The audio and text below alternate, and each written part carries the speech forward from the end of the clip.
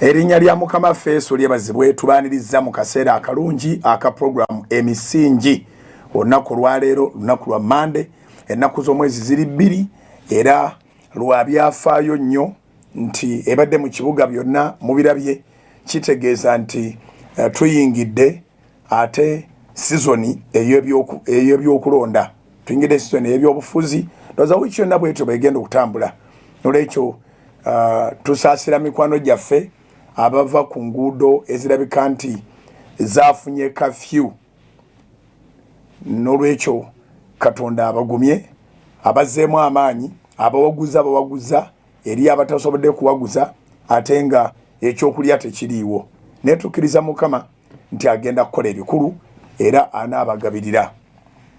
Tusaba Katonda aleete emirembe mu ggwanga okulonda kwonna kampeyini zonna paka ku gavumenti ndowooza empya enerayira simanyi oba His Excellency bw'amala okulayira aba akyali pulezidenti omujjuvu ow'eggwanga simanyi by'amateeka oba asigala pulezidenti omujjuvu ow'eggwanga paka mpozi okulonda lw'okuliggwa okulayira okulala bwe kujja lwabeera ateekayo obufuna obuweereza naye ekirungi gavumenti ndowooza ebeera nnene abayina okubeera nga babikwasaganya mu ngeri yaabwe. Ekisanja kirabika nti ekyo kiggwako naye ate naffe era wano ku Salt Media tuli mu keetereekerero naffe ekisanja kiggwako eky'omwaka oguyise gwe tukubye amabega. Tuli mu celebration za Salt Media at 6 tuli mu anniversary ya Salt ng'emyaka 6 tugikubye wali olunaku lw'enkya ku Tuesday ng'ennaku z'omwezi 3 lwe lw'embaga tugenda okuba nga tujaguliza ddala emyaka 6 okuba nga tugimaze ate nga lwe tutandika omwaka gwaffe ogw'omusanvu. Tulina essanyu lingi, tulina essanyu lya nsusso okubanga Katonda atukozesezza mu kaseera bwe kati abantu bangi balina obujulizi twebaza Katonda. Abaana abali ku radio bakwata obujulizi basoma messages ez'abantu nga boogera Salt maze emyaka 2 nga njegaseeko Salt maze omwaka gumu nga njegaseeko naye mu byonna kyetwebaliza Katonda nti nagimazeeko omwezi alina obujulizi nagimazeeko wiiki emu naye agamba bannange nali luddawa nali ndi kuki. So twebaza Katonda olw'ekisa kyatuwadde nti ebintu bigenda bulungi mu maaso. Mwebale abatandikirawo okuva ku lubereberye mwebali bangi nnyo abagamba nti anze nga 3 Novemba omwaka gwa 2014 nali kwendi 3 Novemba 2014 nali kwendi.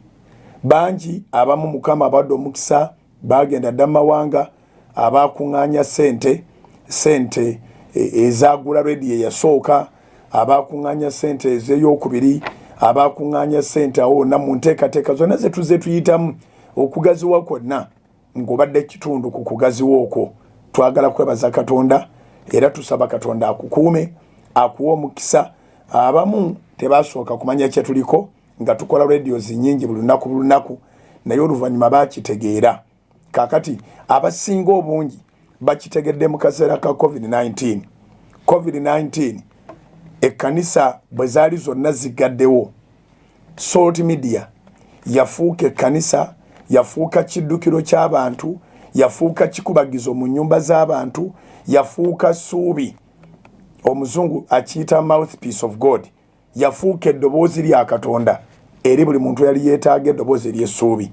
Era bangi nnyo kati bagamba nti tuliddamu ddi okusasulira satellite, tuliddamu ddi okubaako radio gye tusonda okugula, waliddamu ddi okubaawo ekyetaago ekijja nga kizze ku lwa Salt, kubanga kati baategeera omugaso. Abaali balimu okwekwatakwatamu omuzungu kwayita hesitation kati bakyasobola kubeera hesitant nga waliwo kyonna ekiba kizze. So twagala kubeebaza Salt at 6 teyandibaddewo singa si mmwe. Mwebale abakuŋŋaanya sente abamu nga mwaziwangayo nga temubitegedde nnyo naye ne muga nti katuweyo sente oba binaaba bitya ne tukola Kampala, ne tukola Mubende, ne tukola Mbale, ne tukola Jinja, ne tukola Fort Portal ne tukola mbalala so ate ne Salt nebanga erinnya Salt TV nebanga eri ku free to air negenda ku Star Times negenda ku Zuku negenda ku Azam negenda ku DSTV ekyewunyisa nti DSTV yasooka Go TV kiri ku rekodi nti twagenda ku DSTV ngenda kuzomezi 13 omwezi gwali gwa 8 2019 ne tugenda ku Go TV ngenda kuzomezi 13 omwezi gwali gwa 11 2019 Katonda yamanyi bwakola ebintu abandi bade basookera ku Go TV tubere promoted ku DSTV ate twasookera ku DSTV neryoketuwa ne Go TV ne tugendayo naye ekisingako okubeera ekikulu nti at least wonna we tuli omugaso gulabise ekyo kikulu nnyo nolwekyo Salt at 6 tuwulira nga tuliko we tutuuse naye nga gakyali mabaga ekyali ntandikwa twakatandika naye at least tulina essanyu nti osanga omuntu ng'alina obujulizi oba mwana muto oba mukyala mukulu oba muvubuka oba mwami kwegamba twewuunya ekisa Mukama kyatadde ku Salt nti osanga omulamuzi ddala oli ow'okuntiko awuliriza n'osanga nga magistrate awuliriza n'osanga nga baloya bawuliriza n'osanga ba accountant singa bawuliriza abekololo abenagu n'obasanga nga tebagivaako tebakyusa na kukyusa n'osanga nga ab'omukatanga ab'omu Kisenyi ab'ekamwokya nga bawuliriza nga tebagivaako ate buli we tutuuka tewabayo gamba nti twatwalayo oba drive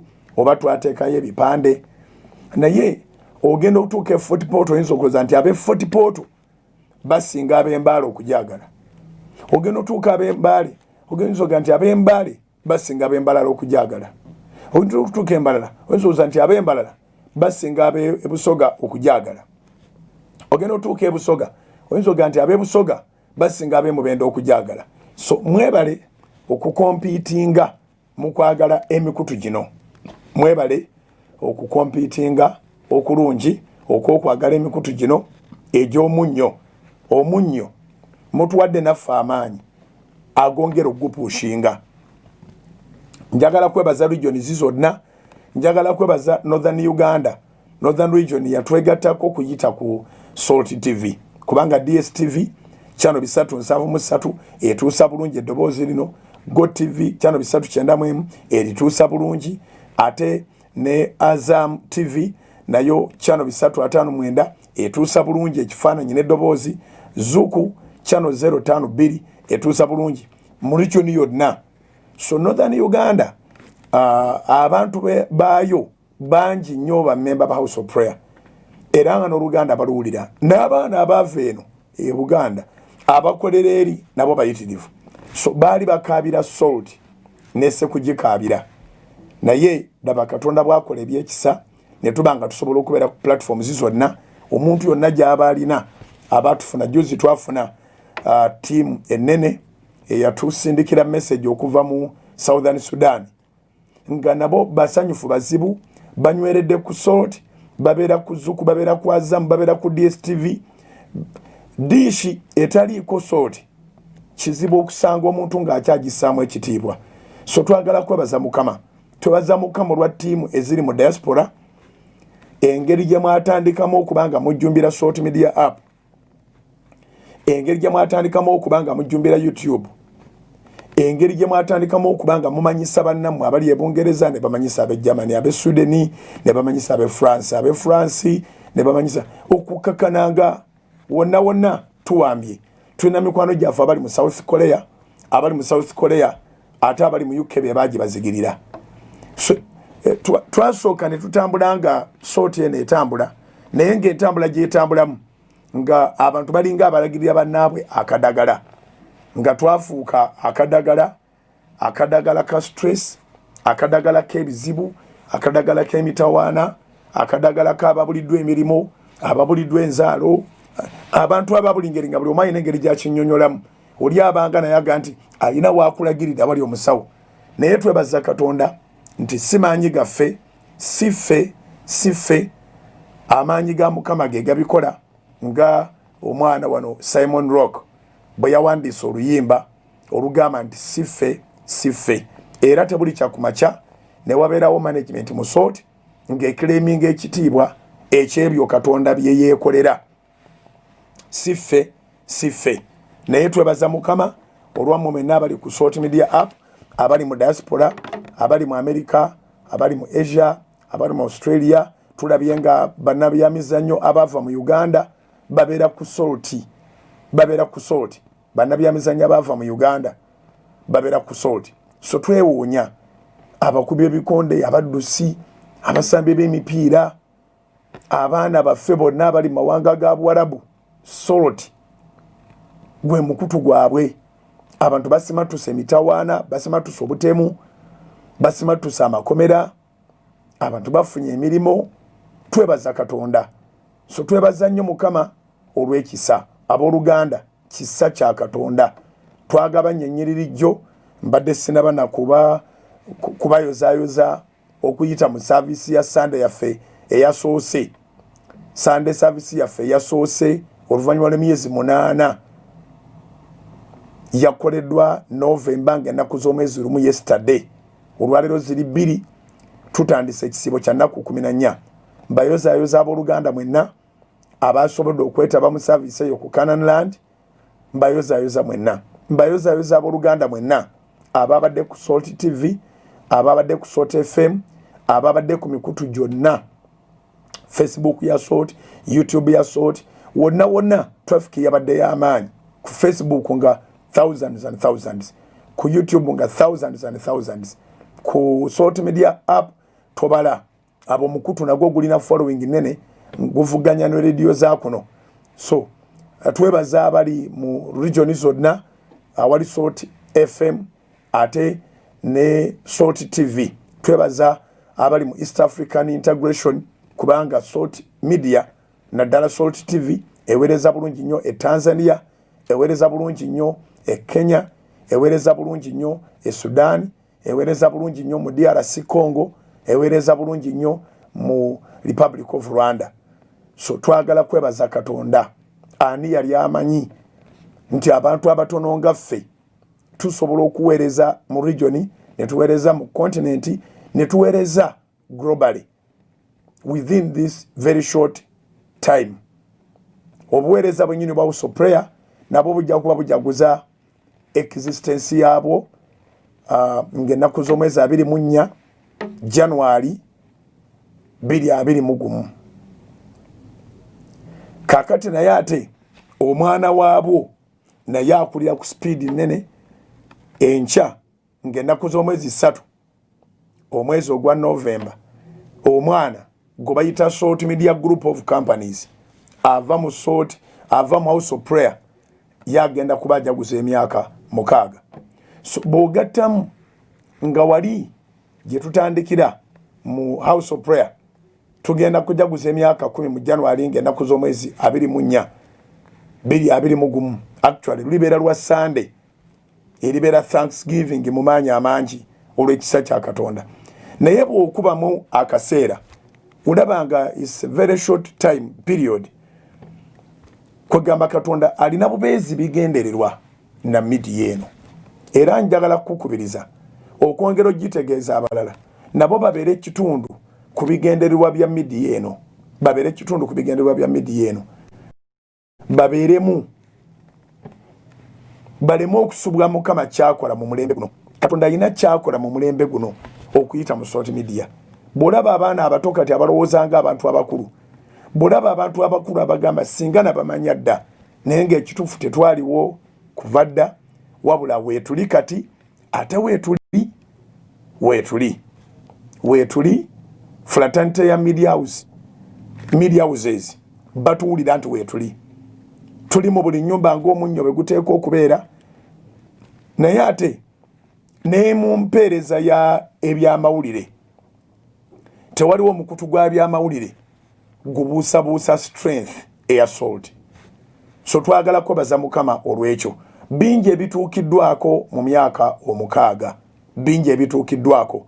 Nejjinja twamala dde okugulayo ettaka ejjenja twamala dogula yettaka tugenda kuteekayo establishments zaffe kubanga radio yejjenja okuweereza tupangisa bupangisa naye ekirungi nti abatupangisa nabo bayina media naye ate bafaani baffe actually mikwano gyaffe tupangisa ku famire y'omukyala Mutyabule yali honorable member of parliament bayina radio mu Busoga twapangisa ku mulongoti gwabwe naye batuyisa bulungi nnyo naye tubagamba bulijjo nti bw'oba opangisa ne baba bakuyisa bulungi batya oteeka okulowooza ate second stage ey'okuba n'amakaago so ezimu ku achievements ze tulina mu kaseera kano mu myaka 6 ng'oggyeko okuba nti radio 6 zisimbye mu regions ez'enjawulo Soloti TV eva ku Free to Air negenda ku Star Times negenda ku Zuku negenda ku Azam negenda ku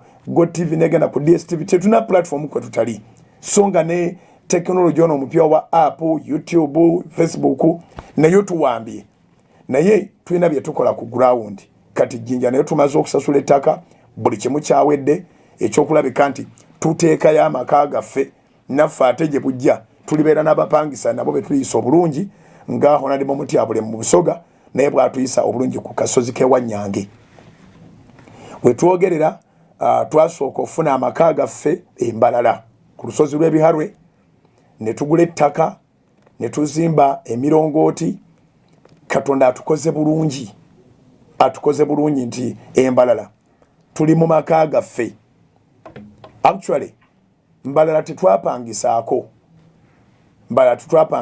kubanga twagula nga wetuguze ettaka twagula media ne tugulirako ettaka lyayo n'omulongooti omutonotono gwe yali erina ne tusooka tuweerereza ku mulongooti ogwo omutonotono oluvannyuma ne twongerako ku ttaka ne tugaziwa bwe twagaziwa ne tulyoka tusimbawo omulongooti ogusinga obuwanvu mu Western bw'oba wetaba oti Ebiharwe olengera akasozi akaliko emirongooti mingiko naye ogwo ogusingako ddala obuwanvu gwa Salt so ne tujja Mubende nawo twali tupangisa bupangisa muganda waffe Charles yatuwa akaseera akalungi mu bbanga litwabeera ku mulongooti gwe kakati ne Mubende ne tugulawo ettaka eka kumpi 3 ku lusozi okwo era ku lusozi okwo olw'e Mubende ye footage gwe mulaba aliko nti Nakayima Hill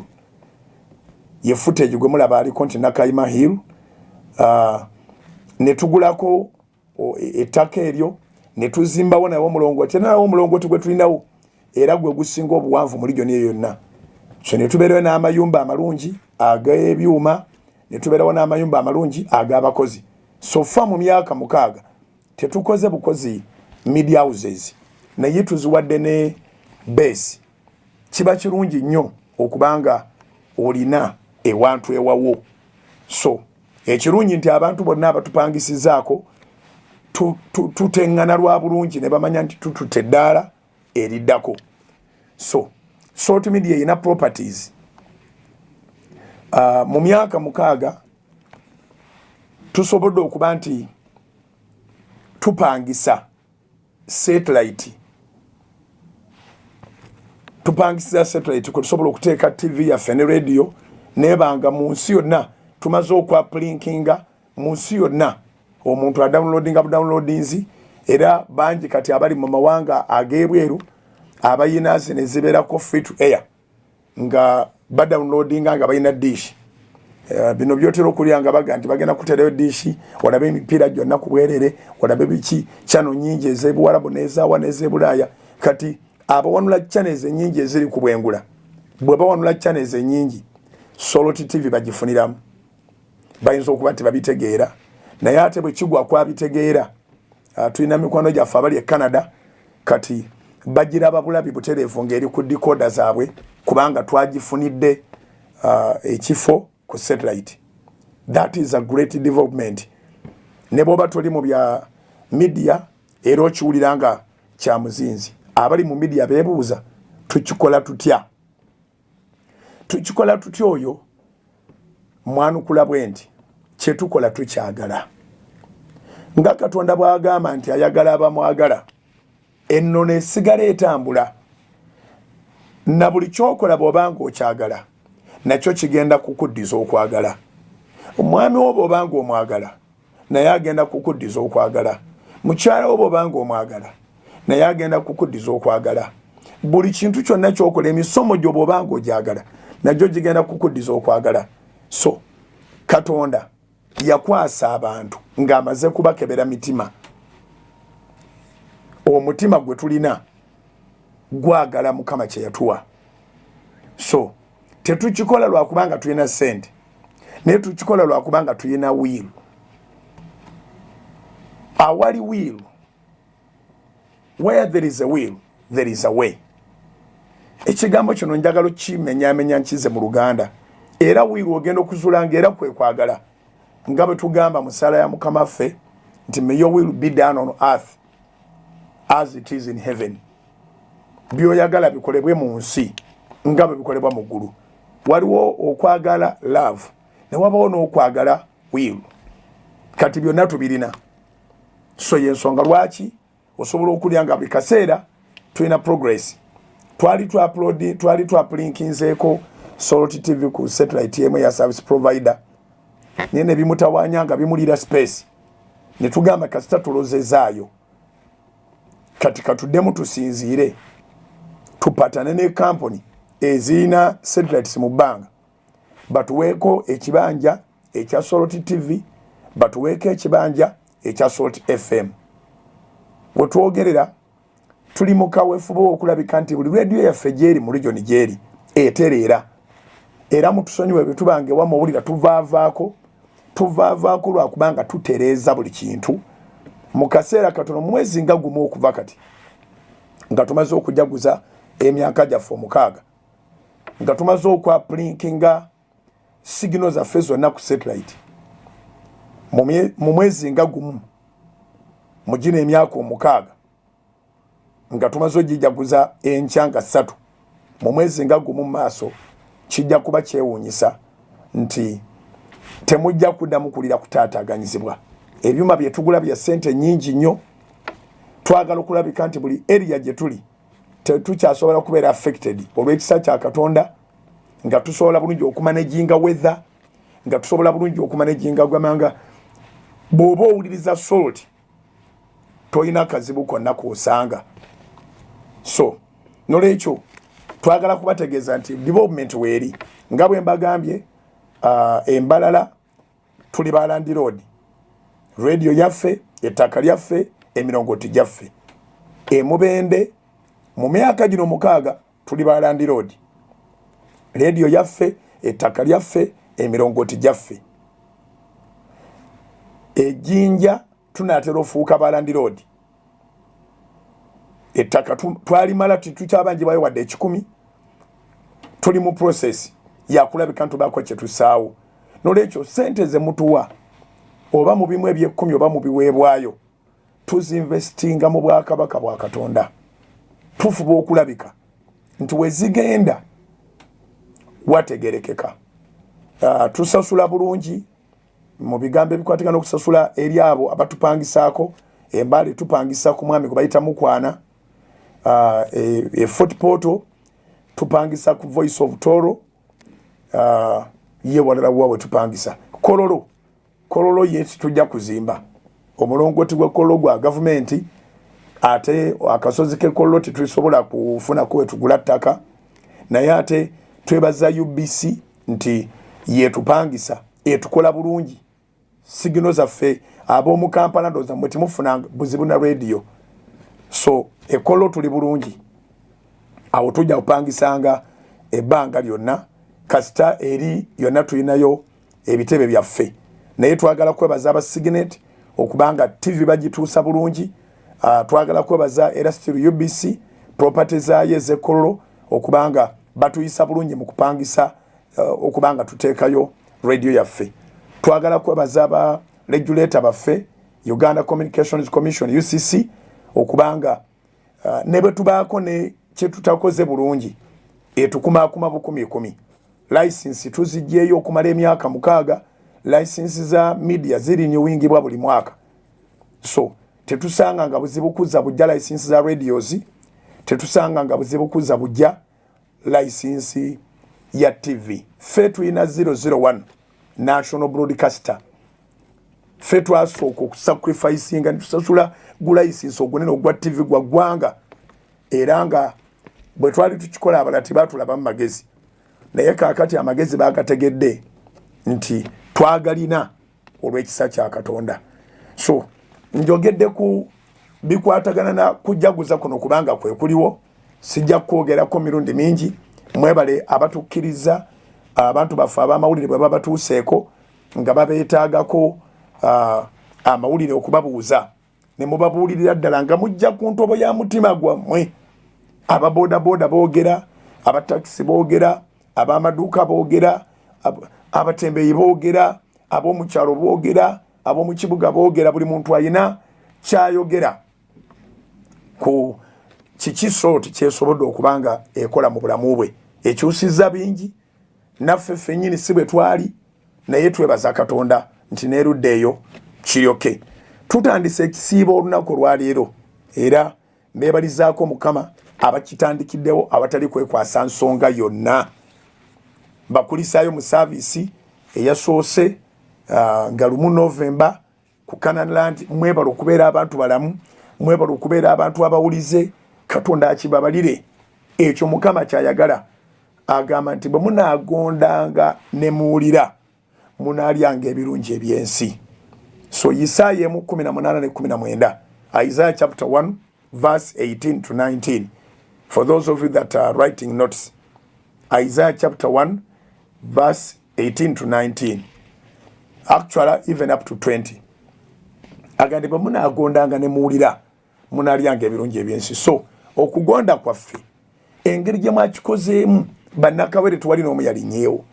Tewabaddewo omwana n'omwaka wansi wa myaka 13. Abantu ababaddewo babadde bakulu abasobola okuyimira ne basabira families, ne basabira obulamu bwabwe, ne basabira eggwanga lyabwe. Eggwanga bwe tuli twetaagira ddala essaala. Mwebale nnyo enneeyisa gye mweyisizaamu, entambula gye mwatambuddemu yaweesezza Mukama ekitiibwa. Njagala kwebazaamu ak'ensusso banneyiba baffe abalina hotels around, abalina parkings munda n'ebweru. Weewaawo abakkiriza mwabakyaginzeeyo akatonotono naye kaabadde waafu, kubanga tewaliwo yagambye nti yabuliddwa akataala, tewaliwo yagambye nti yabuliddwa akantu konna wadde emmotoka y'okukulubulwa.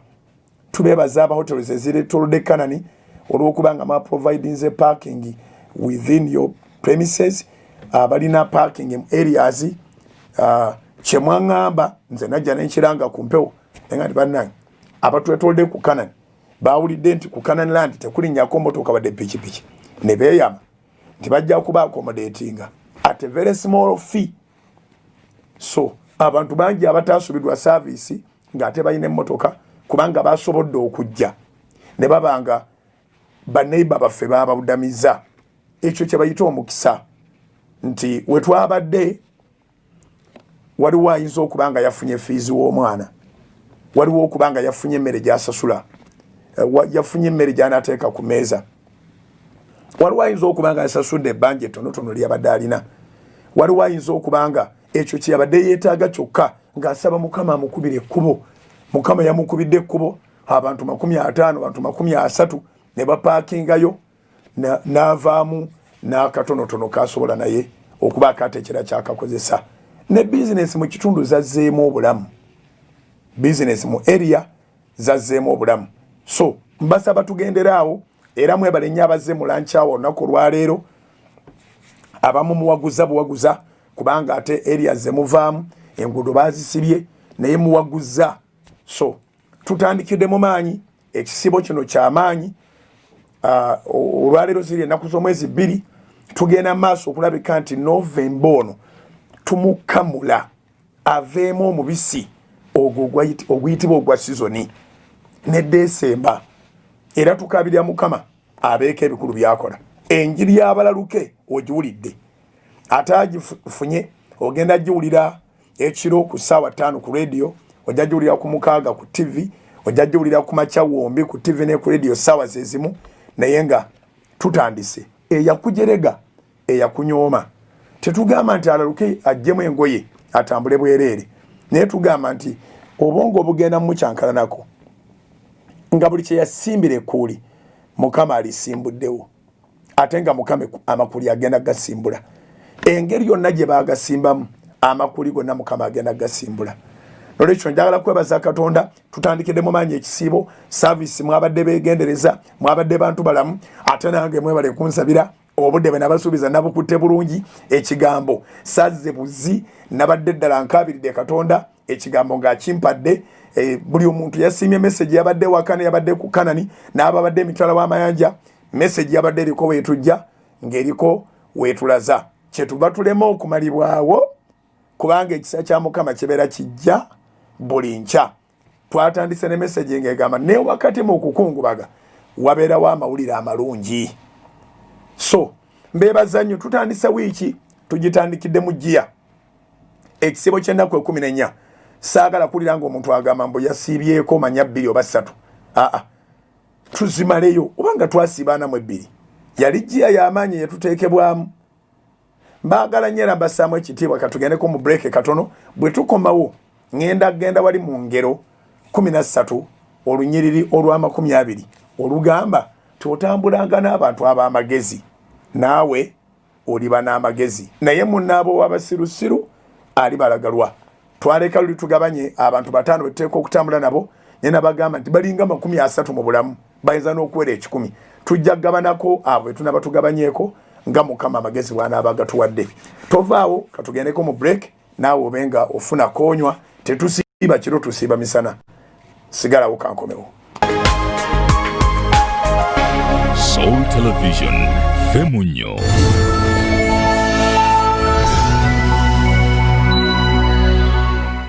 Aboluganda Mukama ffe ebazibwe erinnya lya Mukama ffe lyebazibwe era lyebazibwe nnyo nnyini twagamba nti okusinzira Mukama byatukoledde ne waatuyisizza ate ne wakyatuyisa oba oli mulokole oba toli mulokole ogwanidde okwebaza Katonda so tugamba nti Mukama yebazibwe nga tuli balokole abalokolebwa Mukama ffe Yesu era ne tugamba nti Mukama yebazibwe kubanga ye Katonda babalina omubiri bonna nolwekyo mbebalizaako Mukama yebala abakuumye yebala abalabiridde yebala abalwaniridde yebale atuteeredde emmere ku mmeeza okuva lwe twayingira mu kusoomoozebwa okwali kuteetegekeddwa naye ye n'alaga nti bulijjo amanyi ebinaabaawo kubanga ye Katonda amanyi enkomerero ate ku ntandikwa yaayo olwaleero nonzize mu maaso gammwe ng'ensonga ezindeese tumaze kuzikkaanyaako tutudde mu kuteesa kwaffe ng'abasumba ba House of Prayer Ministries International ate n'abakadde b'ekkanisa ne tubaako ensonga enkulu ezibadde zitutomera ze tuteesezzaako nti mmwe mwennyini gye muli abasinga obungi mubadde mukuba amasimu nga mwagala okumanya nga mumaze okuddamu okukola ate nga chachi zirabika nti zo tezinnaba kubeera active mukole mutya ku bimu byammwe by'ekkumi mukole mutya ku biweebwayo mukole mutya ku bweyamo bwammwe mukole mutya ku buwagizi bwammwe abaagala Salt Media twebaza Katonda siffe ayi Mukama naye erinnya ly'Omukama lye liba ligulumizibwa nti okuva embeera eno lwe yatandika tutambudde emyezi gyonna nga tetusabanga kintu kyonna naye ng'ate saavisi tugiwayo mu bujjuvu bwayo twagamba nti obanga mukozesa akatono ke mulina naffe katulwane katugume katwenyweze tukozesa akatono ke tulina newankubadde nga bye tukola tebyatusobozesa ate kukendeeza bisale bw'oba osasula license za radio bw'oba osasula license za TV amafuta intaneti ate byo tebikusalirako nti kubanga embeera weeri naye tulwanye okulwana okulungi okw'okukkiriza tubeebaza olw'okutusabira tubeebaza olw'okutwegayiririra tubeebaza olw'okubeera mu maaso ga Mukama ku lw'obuweereza buno naffe bwe tuweereza tuba naye tuyimira ne tugamba naye Mukama si ffe ne waliwo abantu ddala abayimiridde tusobole okutambuza obuweereza buno kale abaweereddwa omukisa ku Salt FM zonna 6 abaweereddwa omukisa ku Salt Television okuva ku free to air paka ku DSTV abaweereddwa omukisa nga musinziira emitala w'amanja ku Salt Media app ababeera ku YouTube ya Salt ne Salt Facebook twebaliza wamu Mukama olw'okuba nga muweereddwa omukisa Mukama emabegakaawo yampa ekigambo ky'okusabira abantu ababanja abalina bye batunda nga byalemerawo ababadde balina bye bakola nga tebitambula nti kolayo obweyamu Katonda bw'abanga akikozeeko omugambe Mukama nange mu Soloti nfuniramu omukisa nja genda ku Soloti nkole contribution tumaliriza meeting ne tukola conclusion bwe tuzze nga tugamba nti bw'obanga ozzeemu okukola obanga ne wali wonna we twali nga tetusaba kantu konna ng'olinayo engeri gy'oli oyawulamu ekimu ky'ekkumi kyo obanga olina engeri yonna gy'obadde blessed wakati mu buweereza bwa House of Prime Ministries International bwekutuusizaako ku Salt Media ng'onoonya engeri gy'osobola okikolamu mujjukiranga ne akawunti yennyini eya Pentagon ebirango byonna twabijjako bujja ku Salt FM, Salt TV, Salt Media konna twabijjako ne tugamba nedda abantu bano gye bali n'abaana baabwe ne famire zaabwe twaliyo kantu konna obanga oyina engeri gy'otandisa okuyingizaamu atanaba kuyingiza tukusabira Katonda emirimu gyo gisumulwe era n'okuyingiza kubeerewo naye Mukama babanga gwakukubidde ekkubo nga olina kye watunda owakola obweyamo oyinza n'okuba nga toli member wa House of Prayer naye ng'ate oyagala obuweereza buno bugende mu maaso bw'okuba tooki bw'oti olaba nga tuweereza Katonda n'obwesigwa mu maaso go ne mu maaso ge ng'oyagala kukola contribution tuvuddeyo n'abakadde b'ekkanisa n'abasoma ne tugamba nti akawunti namba tuzibawe si masimu akawunti namba nga tugenda bajjukiza akawunti eya Pentagon kubanga eya Pentagon osobola okuweererezaako ng'osinzira ku simu yo Centenary Bank erina engeri gye yakolamu sisitimu yaayo nti bw'oba oyina akawunti mu Centenary Bank osinzira ku simu yo n'owakisesinga akawunti yo osobola okuweereza ssente ku akawunti yonna gy'oba oyagadde ate era balina ne points ezo ze bayita Centenary Agents ziri mu ggwanga lyonna mu kifo ky'okukozesa essimu nti otuweereze kozesa Centenary Bank sente ozitwale we tusobola okuba n'embalirira entuufu okay akawunti yaffe abamu mugyerabidde mu Centenary Bank akawunti eri namba 31 0 emirundi 3 mukaaga 00 mukaaga emu njiddamu namba 31 0 emirundi 3 mukaaga 00 mukaaga emu eri mu mannya ga House of Prayer Ministries International eri mu Centenary Bank wonna w'osinzira ku branch ya Centenary Bank oba ku agent obanga gw'osobola okikolera ku simu yo teekayo sente ezo ze weeyama ku mutima gwo teekayo sente ezo ezizimba obwakabaka bwa Katonda ojja kuba okoze bulungi naye ate kubaagala okuwaayo ekimu ky'ekkumi abaagala okuwaayo sapooti abaagala okuwaayo ebiweebwayo byammwe mu kaseera kano ng'olaba Katonda akukwatiddeko ate ng'olaba tojja kusobola kuzitereka ndowooza nti ke kaseera tubawa akawunti gye musobola okuzitwala tulina akawunti 2 mu Abasa Bank mugimanyi ye yali Barclays Bank tulinayo eya dola tulinayo neya Uganda shillings waliwo Mukama bagenda okuweera ddala omukisa mu dola akawunti zino zonna nga bwe ziba muziwandiike bwe ziba za dola oziteeke ku ya dola bwe ziba za Uganda oziteeke ku ya Uganda akawunti eya Uganda shillings mu Abasa Bank eri mu mannya ga House of Prayer Ministries International eri akawunti namba mukaaga 00 2 9 7 mukaaga 8 0 emu kanjogere ne mu luzungu our account number in Abasa Bank it is in the names of House of Prayer Ministries International for purposes of tithing, supporting or giving any offering. You can use account number 6002976 account number 6002976 Uganda shillings account. Again, we have a dollar account in Abasa Bank. Our dollar account is in the names of House of Prayer Ministries International.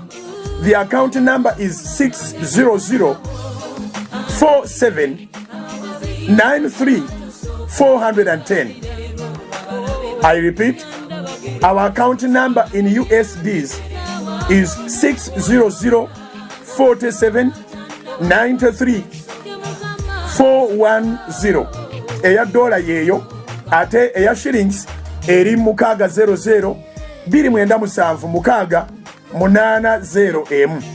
Akawunti ez'esatu nga bw'oziraba ku TV oba nga bw'oziwulira ku radio, ebbiri ziri mu Abasa Bank, emu eri mu Centenary Bank. Yeeriya yaffe ffenna twagikwata mutwe 31-03-600-00-6M akawunti ya Pentagon. Osobola ogikozesa ku bugazi bw'eggwanga lino ng'owaayo kyonna kyoyagala okuwaayo. Mbasabira omukisa Katonda wa Ibrahim ne Isaaka ne Yakobo mu linnya lisinga amannya gonna erya Mukama waffe Yesu. Tusaba abantu bano bonna abagamba obuweereza bwa Salt Media butukoze bulungi, abagamba obuweereza bwa House of Prayer butukoze bulungi, abagamba tubadde tunoonya engeri gye tusobola okuwaayo tithes and offerings and the support for the ministry. Mukama tusaba oba tuweera omukisa ku bugazi bw'ensi eno. Tugusaba nga bakyakirowoozaako obulowooza, tugusaba nga basimbudde okukiteeka mu nkola, tugusaba nga bakitadde mu nkola. Omukisa ogulondoola gubalondoole mu linnya erisinga amannya gonna erya Mukama waffe Yesu. Mukama batuweera omukisa. Mwebale okututegeera, mwebale okutwagala, mwebale okusinga byonna okwagala Katonda, okusaba obutayosa, obutazikiza muliro. Sigala ku Salt Media. Mukama abampeera omukisa. Alozias bugingo gegange ku lwa bannange bonna. God bless you.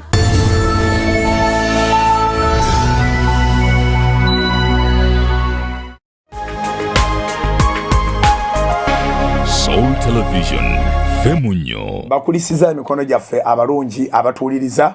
Olwaleero ndi kulu nnyo, ekisiibo kyankozeemu omulimu. Olunaku olusooka bulijjo terubeera lwangu naye tujja kukitambuza Mukama nga bw'ali omulamu, naye ndi kulu nga bw'ompulira. Wabula kyenjagala okukugamba nti akalanga ako tukyakalanga kubanga bangi nnyo olwa limitations ezitali zimu tebannaba kusobola kujja ku church. Ate era ndowooza tujja kukakyusa kabere very well organized nga kali for all seasons. Kikulu nnyo tusanga challenges okutuukiriza endagaano zaffe ze tuba tulina ne Mukama. Oluusi ng'ekitusanza challenges kwe kuba nti tewabeerawo provisions. Naye kati bw'oba olina kyeweeyama, bw'oba olina kyewagamba Mukama nti kubanga ddiiru eno eri wakati wo ne Katonda. Bw'oba ogenda kuwaayo 10% mu Centenary Bank account nga bw'ogirabye, bw'oba ogenda kuwaayo biweebwayo oba era still mu Centenary Bank nga yeekuli okumpi, obeera okoze wakati wo ne Katonda. Obweyamo obwo oba otuukiriza kikyo ne Katonda kye mwalagaana.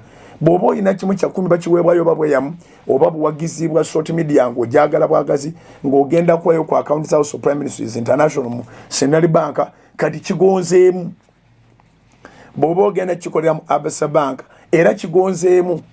So mbasabira omukisa mwenna kubanga buli lunaku bangi abatuukiriza, bangi abajjumbira, bangi boolabanga bakoze the needful or the necessary. Mwebale nnyo, mwebalire ddala okubanga mukole ekyo. So akalango tujja kugira nga tukalanga newankubadde nga twafunye omukisa ogufuna Sunday service esooka, but again olaba nti bangi abalekeddwayo, abanakawere bonna tebajja. Ate n'okuba tuli bagazi. Church without walls. You need to be involved in this great work of God. Abamu teweetaaga na kulinnya ku Kanani. Ojja kukuŋŋaaniranga awo.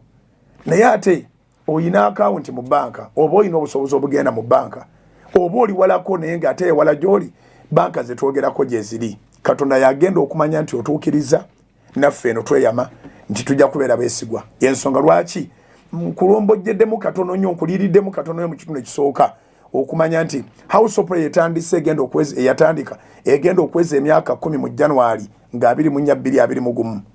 Ne Salt Media yatandika mu 2014 mu November egenda okweza emyaka 6 enkya nga 3 November.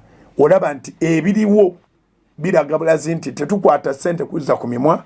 Singa tekibadde bwe kityo mu gino emyaka 10 tewandirabye ebintu bino byetuwerako mukama ekitiibwa byatuwadde nga n'obuweereza omaze emyaka 50 buyinza obutagezaako. So biro byaffe kwatagana naffe, bw'okwatagana n'omuntu ali mu biro mu buli ngeri yonna naawe oyingira mu biro. Nkiddamu, bw'okwatagana n'omuntu ali mu season mu buli ngeri yonna naawe obeera oyingidde mu season. So omulokole naawe atali mulokole ng'oga naye abantu bano bangasiza, y'ensonga lwaki tukyateekayo bank accounts ezo eza House of Prime Ministers International, Centenary Bank oba Abasa Bank. Katonda takebera amawunti. Bwe tuba tukugasiza ekyo ky'owulira ku mutima gwo ky'oba ogenda otuukirize, ffe titujja kukumanya naye Mukama ajja kukumanya. Naye nga abasobola okutuuka ku House of Prayer, lunch hour zitandika Monday to Friday, ate Sunday service twagambye nti ebeera etandikayo kuva ku makya n'ekoma ku 8 oba 8:30, so that abavudde wala basobola okuddamu ogenda. Ffe tulemerako nti tetusobola service nyingi, tusobola service emu tugimaximizing, buli ekyetaagisa kibeere nga kiri muli. Era bangi sort media ye batuusaako service ejjudde, bakeera mu services eza chap n'avayo ng'alinga atava ku church naye ng'ate alina okulabikayo kubanga munnange be bali kuziika. Naye bw'oba oyagala eky'omwoyo odduka speeding odda ku sort. So tujja kumaintaininga service yaffe yeemu ey'okukanani kasita buli lunaku tukolayo service. Monday service, Tuesday service, Wednesday service, Thursday service, Friday service, lunch hour. Ate nga tweyamye era ne wiiki eno night prayer weeri ng'eri mu studio. Ekyo njagala buli muntu akitegeere, tewali muntu abeera kukanani mu night prayer. Night prayer tugikolera mu studio, abasumba bokka be babeeramu, pozi ne ba technician, tewaliwo omulala. So mwebale nnyo abajjumbira akawunti ezo ziwandiikire ddala obeere ng'ozikozesa at any given time. Tekikugaana kujja ku church kusaba bw'oba olina obusobozi obutuuka, naye ng'ate ekimu kya 10 kyo obuyamo bwo bw'watunda ettaka, bw'watunda ekintu gundi kyewakola wakituukiriza dda okugenda kwa akawunti ezo. Mukama ye agenda kikubalira, era nsaba Katonda akibabalire, abawa omukisa ogukatiddwa, ogusuukundiddwa, ogw'omuyiika. Abayimiridde naffe Katonda ayimirire nammwe.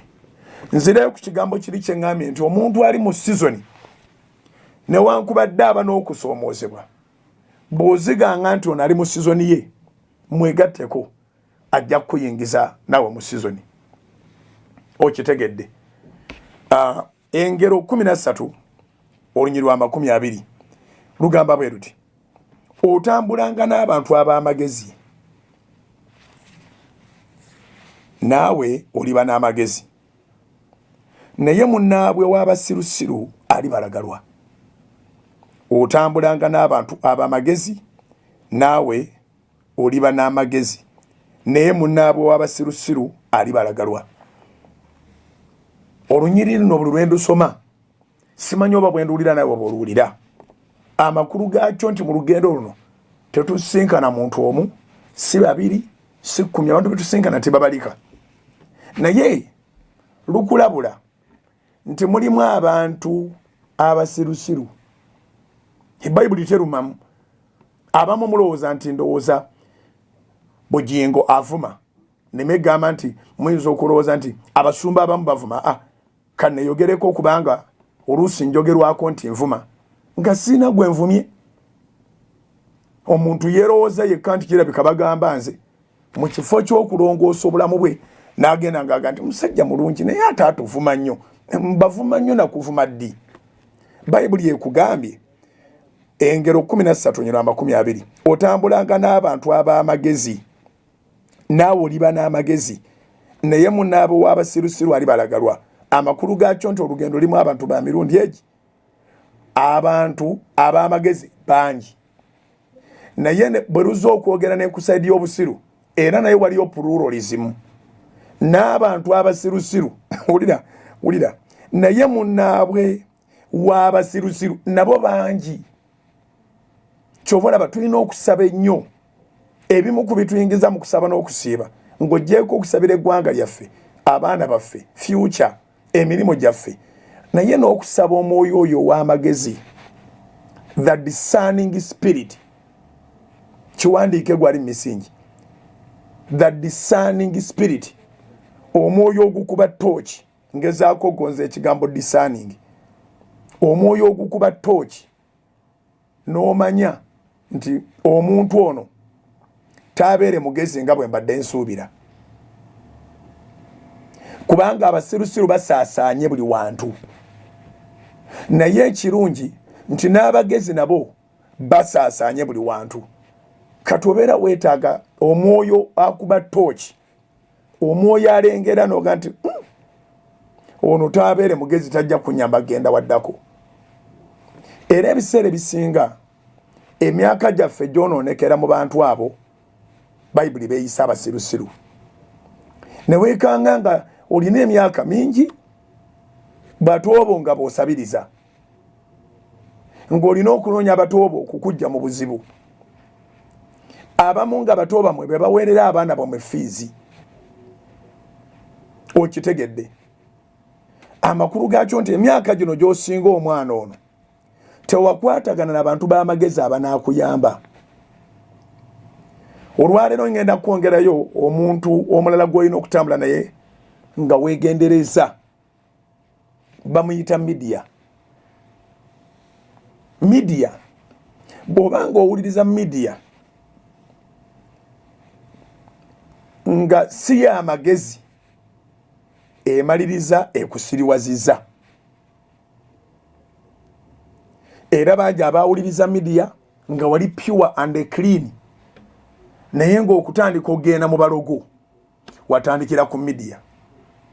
Baakuleetera abalina emisambwa, baakuleetera abalina amajiini, baakuleetera abantu aba buli ngeri okukakkana ng'oseesetusa okuva mu kifo kyo ng'ogenze mu bulogo.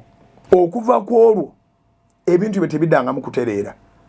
Ogenza onoonya bunoonya ngeri gy'okivaamu, naye nga osobola n'okujjukira nti ku lunaku bwe luti omwaka bwe guti lwe nawulira omuntu ng'alagirira.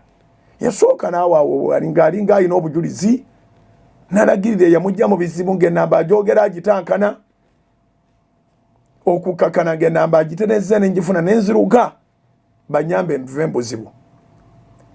Naye kaakati ekibanja kyange kyagenda, emirimu gyange gyaggwawo, omukazi twayawukana, and so forth and so on. Nga wakijja ku media. Media eno erina emirimu esatu fe abasoma media gye tusoma oba abafuna license gye tufunirako license is to inform, to educate and to entertain. But negative information is also an information. Omuntu bw'akuwa amawulire amabi era naye aba akuwadde amawulire. So olina okwegendereza. Nabagamba nti ebintu ebisinga okukola obulamu bw'abantu, ate era ebintu ebisinga okukyankalanya obulamu bw'abantu, mejale bigwa mu bintu bibiri. Wandiika bw'obanga oli mupya, bye tulaba ne bye tuwulira. Nziremu ebintu ebisinga okukola obulamu bw'abantu ne babeera bulungi, oba ebintu ebyonoona obulamu bw'abantu ne babeera bubi completely and also. Biri bibiri, bye tulaba ne bye tuwulira. Kati wabeerawo akabenje k'amaanyi. Omwana azaaliddwa abaavu ng'ebukojja baavu ne basenga baavu okuvaamu omugagga, kubanga amawulire gonna gaafuna ne byalaba ne byawulira tebinspiringa, tebimutwala mu maaso. Era twebaza Katonda olwa Salt Media, bangi abali emitala w'amayanja, bangi abali wano ng'okuggulawo kwabwe account baakuyigira ku Salt Media. Okufuna kwabwe passport baakufunira ku Salt Media. Okuggulawo amakampuni baagaggulirawo ku Salt Media ne bagaregistaringa. Amagezi ge bajja ku Salt Media gabatadde waggulu nnyo. In that sort media ne bwoba ogyogerako ki olw'okuba tosobola bajjamu kyebataddemu omuntu abamu beerabira n'okwerabira nti Katonda y'abajje w'abajje n'olina nga nti sort media we yanzijja nze mmanyiiwo amakulu gaakyo nti mu kutambula n'abantu ab'amagezi media naye entity media naye is a person media muntu mulimi lw'abayivu company ebeera muntu media eno muntu mubalire mu bantu ab'amagezi b'oteeka okutambula nabo kati omwoyo oli gwe nagambye ow'okwegendereza omwoyo w'okumanya omwoyo akuba ttooki bwe nsaba yegatte n'obulamu obwo osobole okuba nga ttooki otegere naye media eno naakagiwuliriza kati okumala wiiki emu njiwuliriza okumala omwezi mulamba naye kiki kye neeyongeddeko mu bwongo omanyi bye tweyongerako mukama atuwadde wiiki mpulira kati nga nsumulukusa ebyokugamba bingi bye tweyongerako tebisooka kubeera bya buliwo bya bukwatikako bye tweyongerako bisooka kubeera bya buwongo n'oddanga waliwo kye batonyezza mu bwongo obwo era ogenda kubaako ky'okola tutegeregana so weetegereze media ziridde ekifo ky'okubeera nnamba emu naye ng'abaziraba baavuwala balwala bafa tebalina bujjanjabi and so forth and so on sort media ekyenjawulo ekituliko twagala oleme kugenda mu geyeena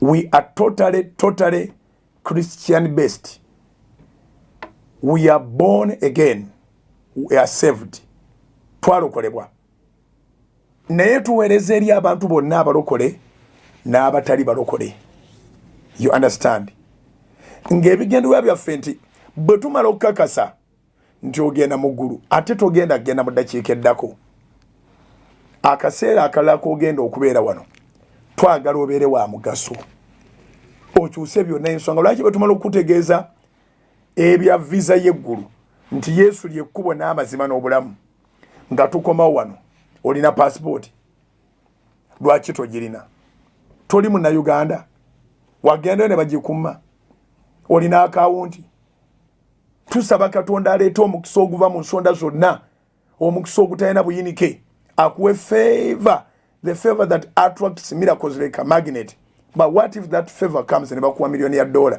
ogenda giteekawa mukakebe so ne tukuzuukusa wano okulabika nti obaako kye weekolera era baana bangi abazadde baabwe babeewuunya abazadde bambi abatanaba kumanya bya Mwoyo Mutukuvu bo balowooza nti abaana empewo ez'abasiima ndala omwana yaŋŋambira ddala nti muzadde wange agamba nti empewo bo zibasiranyiza busiranya naye ate nze empewo zansiima buli kyenkola kikwatayo mbazimbidde ennyumba and so forth and so on bassebo ne bannyabo ffe tulina Mwoyo Mutukuvu si mpewo z'abalubaale si mpewo za mizimu newankubadde nga n'empewo ziri ezammwe ze mwogerako tezirabika n'amaaso gagwamu ttaka naye ate egyo mizimu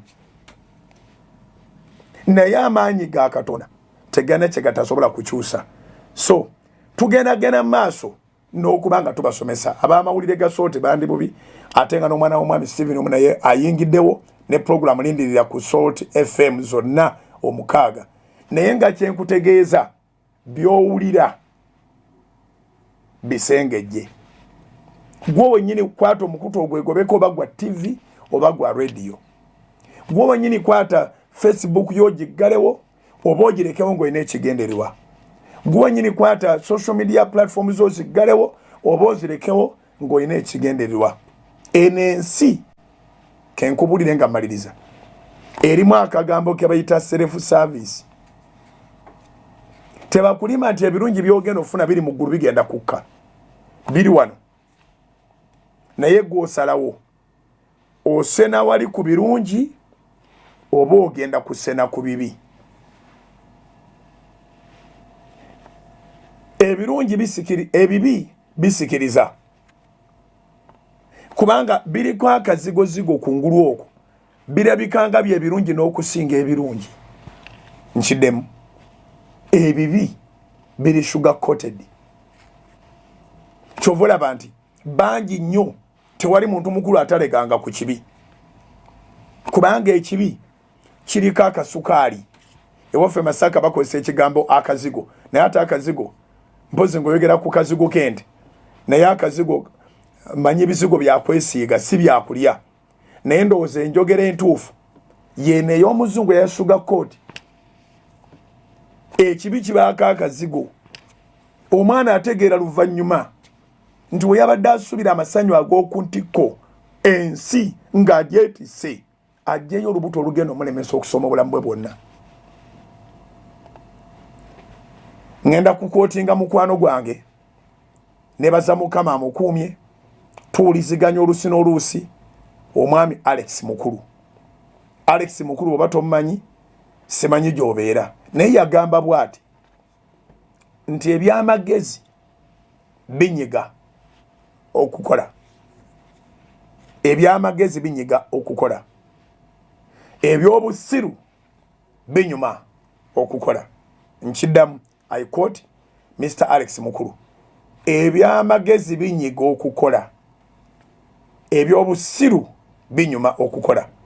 Ngenda quotinga n'omulala musomesa wange Chancellor wa University Kayuwa International University Professor Simeon Kayuwa yagamba bw'ati nti nze ebintu ebitagasa sibissa mu bwongo